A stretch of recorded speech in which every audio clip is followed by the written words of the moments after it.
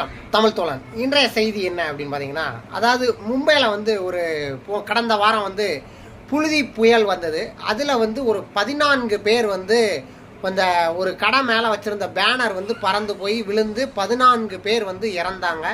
So அது ஒரு பெரிய செய்தியாக ஓடிட்டு இருந்தது.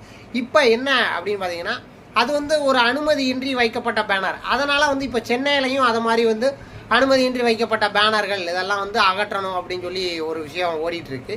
இந்த புழுதி புயல் வந்து பார்த்தீங்கன்னா, அதாவது வித்தியாசமான ஒரு விஷயங்கள்லாம் நம்ம கேள்விப்படுறோம். புழுதி புயல், அதே மாதிரி கன்னியாகுமரியில் வந்து கள்ளக்கடல் சீற்றம், இந்த மாதிரி விஷயத்தெல்லாம் நான் வந்து சொல்லியிருக்கேன்.